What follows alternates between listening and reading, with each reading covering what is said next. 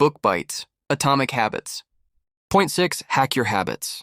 Meet Sarah, a college student who dreaded studying for her upcoming exams. The thought of spending hours buried in textbooks felt overwhelming, a classic case of her brain finding the opportunity of doing anything else far more enticing. This immediate desire to avoid studying is driven by dopamine. Her brain craved the dopamine rush that came from more enjoyable activities like scrolling through social media or watching her favorite series. Just the anticipation of watching another episode had a stronger pull on her than the distant reward of good grades. Recalling something she'd read, Sarah decided to try temptation bundling. She loved trying new coffee shops. So, she made a new rule for herself. She could only visit a trendy new cafe she'd been eyeing if she went there to study for at least an hour.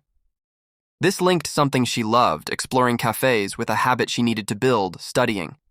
Sarah also noticed her friends were forming a study group. They were all aiming for good grades and praised each other's efforts. This tapped into her innate desire to belong. Joining their group made studying feel less like a solitary chore and more like a shared, praiseworthy goal. The group's positive influence made her want to keep up. Finally, she applied the 2-minute rule to get started. Instead of overwhelming herself with the thought of a 3-hour study session, she told herself she just had to open her book and read for 2 minutes. This small, simple step made it easy to begin. Often, those 2 minutes would stretch into a longer, productive session without her even realizing it.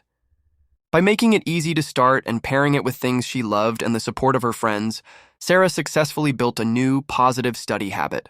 From Sarah's story, we learn a practical 3-part strategy for building difficult habits by working with our brain's reward system. First, we can make a necessary task more attractive by using temptation bundling, linking it with an activity we already love.